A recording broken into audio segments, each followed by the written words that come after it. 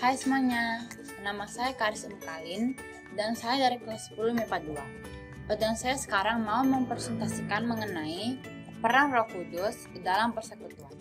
Jadi, ketika seseorang menerima Roh Kudus di dalam dirinya, yaitu ketika dia benar-benar percaya atau beriman secara sungguh-sungguh kepada Yesus Kristus sebagai Tuhan dan Juru Selamat dalam hidupnya. Roh Kudus memimpin kehidupan orang tersebut dan memberikan pertumbuhan bagi dirinya, sehingga hidupnya semakin berubah atau serupa dengan firman Tuhan dan sesuai dengan 9 buah roh. Nah, jadi pertanyaannya, mengapa orang Kristen berselisih, berkelahi, bahkan muncul dendam satu sama lain?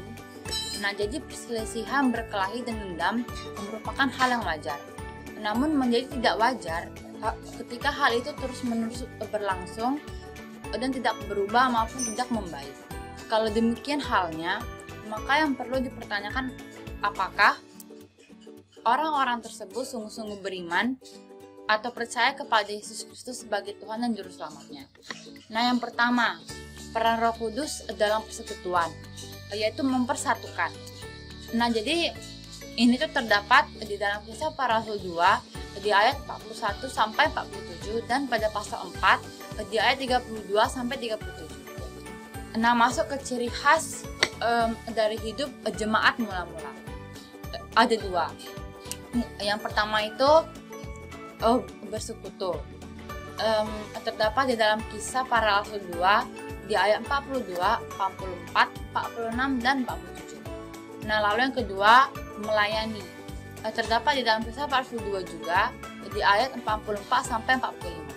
Nah, jadi bersekutu ini terdapat di dalam ayat 42. Yang pertama itu belajar firman Tuhan secara bersama-sama, dan yang kedua berdoa secara bersama-sama. Dan akhirnya ketika kita melakukan dua hal ini, kita semakin bertumbuh dewasa di dalam Tuhan dan sehati sepikir. Nah, lalu kita masuk ke dalam Kisah Para Rasul 5 ayat 1 sampai 11. Kisah ini mengajarkan tentang Ananias dan Safira yang percaya kepada Tuhan Yesus tapi tidak sungguh-sungguh. Nah, jadi Ananias ini berbohong kepada Rasul Paulus, begitu juga dengan Safira. Mereka disuruh untuk menjual seluruh hasil tanahnya dan itu harus diberikan kepada orang-orang yang membutuhkan. Nah, tapi mereka malah menyimpan sebagian untuk diri mereka sendiri. Nah, lalu ketika ditanya, mereka malah berbohong.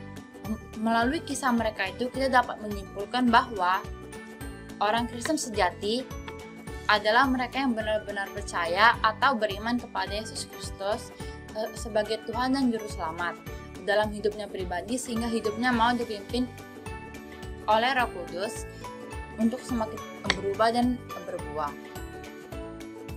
Orang Kristen sejati bukan berarti kita tidak pernah jatuh ke dalam dosa, tetapi kita mengaku dosanya dan berjuang untuk semakin bertumbuh dan sesuai dengan firman Tuhan. Firman Tuhan tidak mengajarkan kita untuk berselisih, berkelahi, maupun menyimpan dendam kepada satu sama lain. Dan kalaupun itu terjadi, kita harus mau mengaku salah, saling memaafkan, saling mengasihi sehingga terjadi persatuan. Nah, lalu peran kedua dari Roh Kudus yaitu dalam persekutuan, yaitu untuk memberi karunia. Nah, ini terdapat di dalam Roma 12 di ayat 6 sampai 8, 1 Korintus 12 di ayat 4 sampai 11 dan 1 Korintus 12 di ayat 28. Karunia roh. Setiap orang pasti diberikan karunia roh.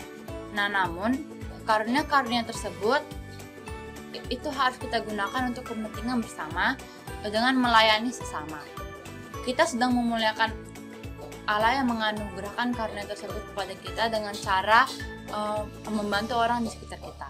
Nah, lalu yang pertama itu karunia roh itu ada 5. Yang pertama bisa bernubuat, melayani sesama, mengajar, menasihati, dan memberi bantuan.